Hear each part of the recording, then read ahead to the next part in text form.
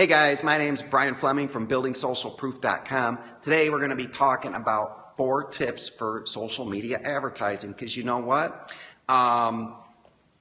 When you're running your business online with social media, one thing that can get it to go a lot faster is buying ads. And there's a right and a wrong way to do it. I'm going to set you guys straight with some tips on it.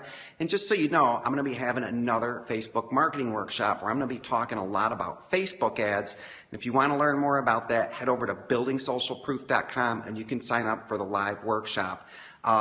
It's Thursday, November 19th at 8 o'clock p.m. Love to have you there. The last one I had last night had almost 100 live attendees, and we had technical problems, Audio didn't work. It was kind of a mess. And so I'm having another one. Love to have you guys there. You can check it out at buildingsocialproof.com. Okay, so 4 tips for social media advertising. Now, the first tip, and this is a big one, is you need to have a goal and a budget. A goal and a budget. Super, super important. If you guys don't have a goal, and I talked about it last night, you're just boosting posts on Facebook, you're just playing around with Twitter to see how it works, you're going to get really, really frustrated because you're going to burn through cash and have nothing at all to show for it. You need a goal. My recommendation, if you do not have a goal, is build an email list. Build an email list because it's the only asset you actually own. All these properties, Facebook, Twitter, YouTube, it's all rented land, guys. You don't own it. They can pull your account for any second. They can change the rules. Get them onto an email list. That should be your goal with social media. So your goal is to get them on an email list. Next, set a budget. $200, $50, $100. It's really, really important. If you do not set a budget, what will happen is things won't work out the way you planned, and you'll quit early before you're able to optimize it and see the results. So make sure ahead of time you say, I'm going to build an email list, I'm going to spend $250 on Facebook, and I'm going to see how many emails I can get with it. And with the email list, this is what I'm going to offer them to recover my Facebook money. That's kind of how you want to do it.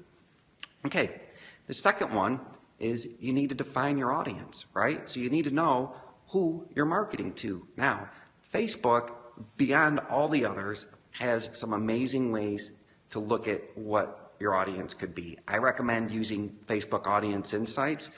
You can learn a tremendous amount of people, about people. You can type in, is $10 a day reasonable to start? Yeah, on Facebook ads, $10 a day is actually a lot of money to start with. That's a great question, Brian.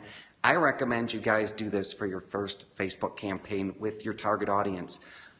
Look at something called remarketing. You guys can go on buildingsocialproof.com. I talk a lot about it. Just run ads to your own website visitors. You can do that for $1 a day. It's the greatest campaign you can start up. These people have already visited your website.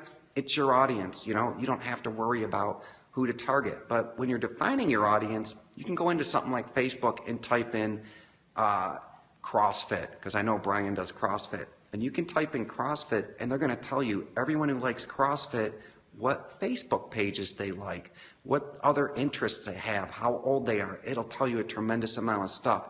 Use that to define your audience. Really, really important. Obviously, if you're not reaching the right people, your advertising is not going to work really well.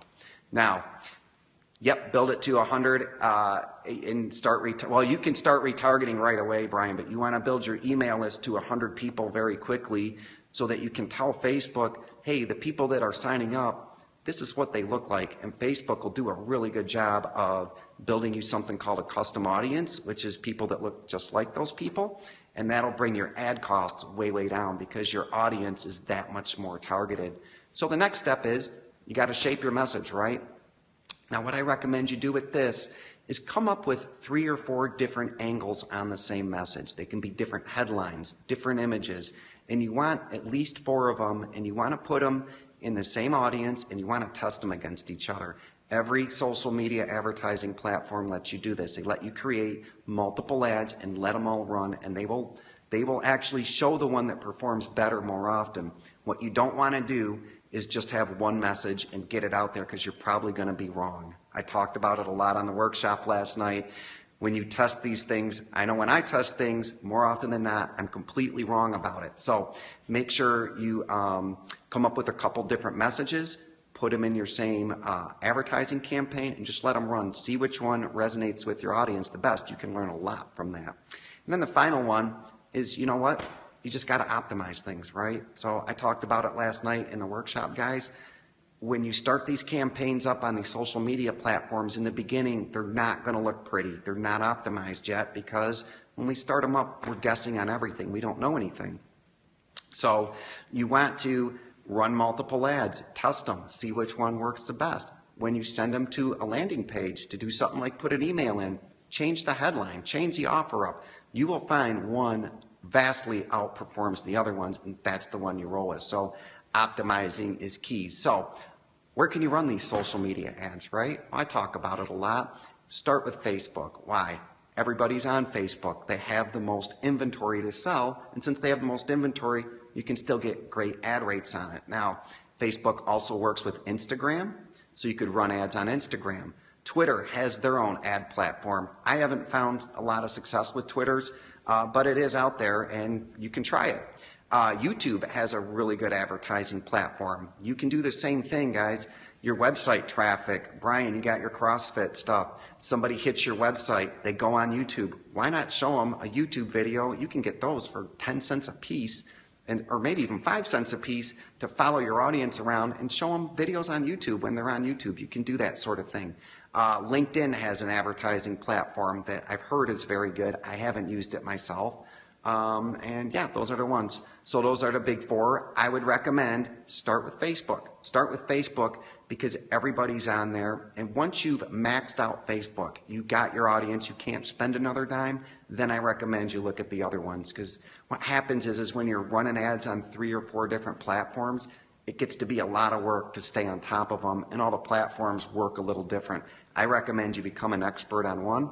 Start with Facebook because they got the biggest ad inventory. So that's it, guys, on social media paid advertising. And again, I'm going to be talking about it next Thursday, November 19th, 8 o'clock p.m. Love to see you guys there. Take care. Bye-bye.